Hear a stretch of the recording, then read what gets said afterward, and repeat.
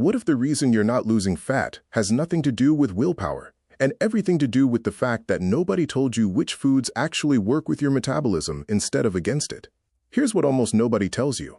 Your body isn't just burning or storing fat based on how many calories you eat. It's responding, minute by minute, to specific compounds in specific foods, compounds that can measurably shift how your body handles fat, appetite, and energy. This isn't a supplement company's marketing claim. This is published, peer-reviewed research, and most people have never heard of half of what's on this list. Today I'm showing you 9 foods with real documented research behind their effect on metabolism and fat oxidation. Not hype, not fad diet nonsense. Stick around, because number 4 on this list contains a compound so effective at triggering your body's own fat-burning response that supplement companies have spent millions trying to isolate and bottle it, and it's sitting in your spice rack right now. And number 9 might be the most slept-on food on this entire list, because almost nobody realizes it's doing anything at all. If you want more science-backed nutrition breakdowns like this, hit subscribe. We post one of these every single week. Let's get into it. Here are 9 fat-burning superfoods, ranked from effective to essential. 1. Green tea. Let's start with the one you've probably already got in your cupboard, doing nothing, because you didn't know what it was actually capable of.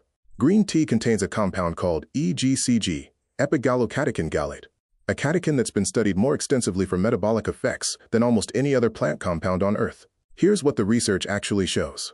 Multiple clinical trials have found that EGCG, especially combined with the caffeine naturally present in green tea, modestly increases fat oxidation and energy expenditure, meaning your body burns a slightly higher percentage of fat for fuel during activity. Now, and this matters, the effect size in these studies is real but modest. We're talking about a measurable metabolic edge, not a magic switch. Combined with regular movement and a reasonable diet, that edge adds up over weeks and months.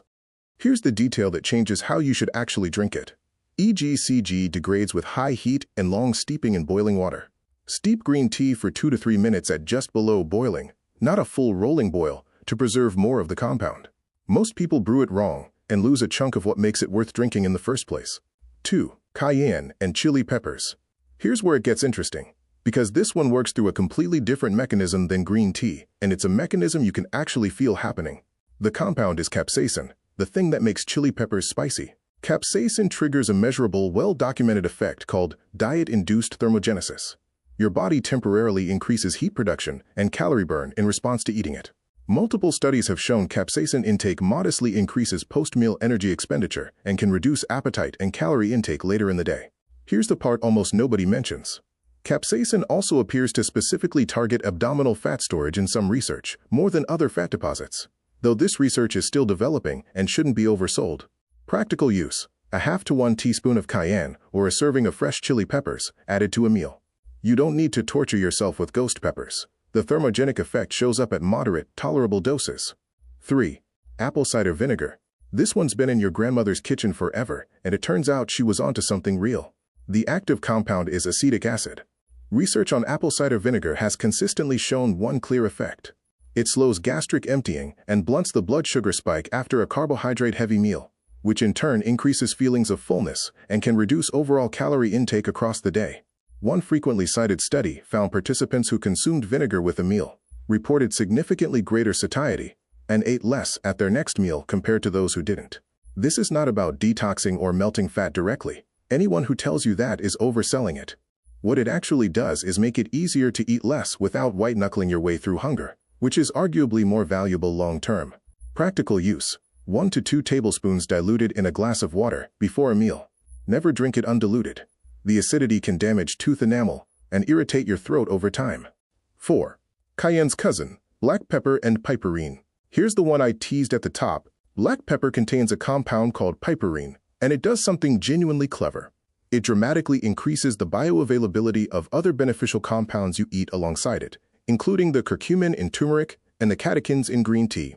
But piperine isn't just a helper compound. Research has found it independently inhibits the formation of new fat cells in lab studies and has shown thermogenic properties similar in category to capsaicin, though through a different receptor pathway.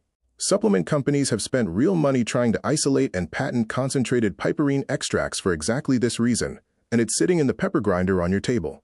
Practical use: freshly cracked black pepper, added generously to meals, especially meals containing turmeric or green tea, where it multiplies the effect of both. 5. Coconut oil, MCTs. This next one gets debated a lot, so let's separate the real research from the hype. Coconut oil contains medium-chain triglycerides, or MCTs, a type of fat that's metabolized differently than the long-chain fats in most other oils. MCTs are transported directly to the liver and converted to energy more quickly, and several studies have shown MCT consumption modestly increases energy expenditure and fat oxidation compared to equivalent amounts of long-chain fats like olive or vegetable oil. Here's the honest caveat. Coconut oil is still a calorie-dense saturated fat, and the metabolic boost from MCTs is real but small. This is not a free pass to add unlimited coconut oil to your diet. The research supports using it as a swap for other cooking fats, not as an addition on top of what you're already eating. Practical use: 1 to 2 tablespoons, used in place of other cooking oils, not stacked on top of your existing fat intake. 6. Eggs. This one gets left off almost every fat-burning food list, and that's genuinely a mistake, because the research behind it is some of the strongest on this entire list. Eggs are one of the most complete, highest-quality protein sources available, and protein has a documented effect called the thermic effect of food. Your body burns noticeably more calories digesting protein than it does digesting fat or carbohydrates. Beyond that, multiple studies have found that eating eggs at breakfast, specifically, increases satiety and reduces calorie intake later in the day compared to a carbohydrate-heavy breakfast with the same calorie count. This is the food that quietly does more heavy lifting than half the exotic superfoods that get hyped online. It's just not exciting enough to sell a supplement around. Practical use: 2 to 3 whole eggs at breakfast, ideally paired with vegetables rather than a cereal or pastry-based breakfast of equivalent calories. 7. Greek yogurt. Sticking with the theme of boring but effective, Greek yogurt combines two mechanisms we've already covered into one food. It's high in protein, giving you that same thermic effect advantage we just covered with eggs, and full-fat, unsweetened varieties contain probiotic cultures that research increasingly links to a healthier gut microbiome composition, which several studies have associated with better metabolic markers and easier weight management, though this research area is still actively developing, and the mechanisms aren't fully settled. The critical detail: check the label. Many Greek yogurts on grocery shelves are loaded with added sugar, which undermines almost everything this food has going for it. Plain, unsweetened full-fat or 2% Greek yogurt is the version the research is actually about. Practical use: plain Greek yogurt as a snack or breakfast base, adding your own fruit or a small amount of honey, rather than buying it pre-sweetened. 8. Chia seeds. Tiny seeds, and one of the most fiber-dense foods you can find in a regular grocery store. Chia seeds absorb roughly 10 times their weight in liquid, forming a gel that slows digestion significantly, which extends satiety for hours after eating. They're also one of the richest plant-based sources of omega-3 fatty acids, which some research links to reduced inflammation markers associated with stubborn fat retention, particularly around the midsection. Though again, this is an area where research is still developing rather than settled science. Here's the practical trick almost nobody uses correctly. Chia seeds do very little for you eaten dry.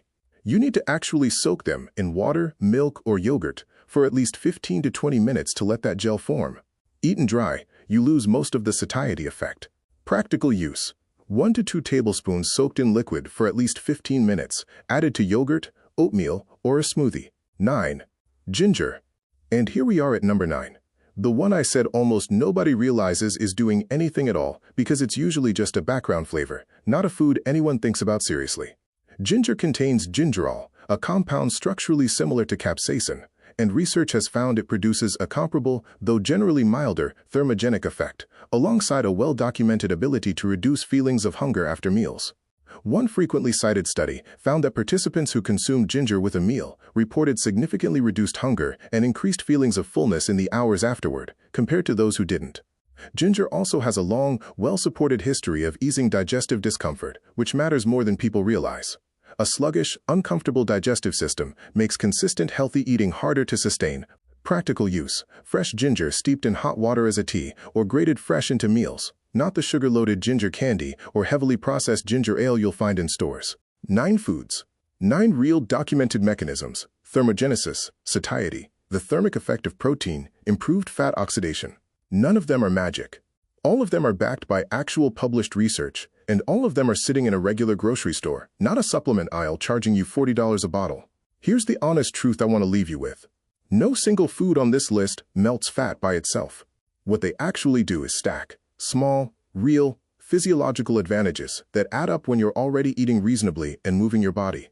That's less exciting than a miracle claim, but it's what the research actually supports. and it's the version of this information that will actually work for you long-term. If you want to go deeper, including exactly how to source the real, high-quality versions of foods like these instead of the diluted or processed versions most stores sell, check out the Real Food Test and the Home Apothecary Starter Kit, both linked below. Drop a comment and tell me which of these 9 surprised you most. I read every single one. And if you haven't subscribed yet, hit that button and ring the bell. We post a new one of these every week. See you in the next one.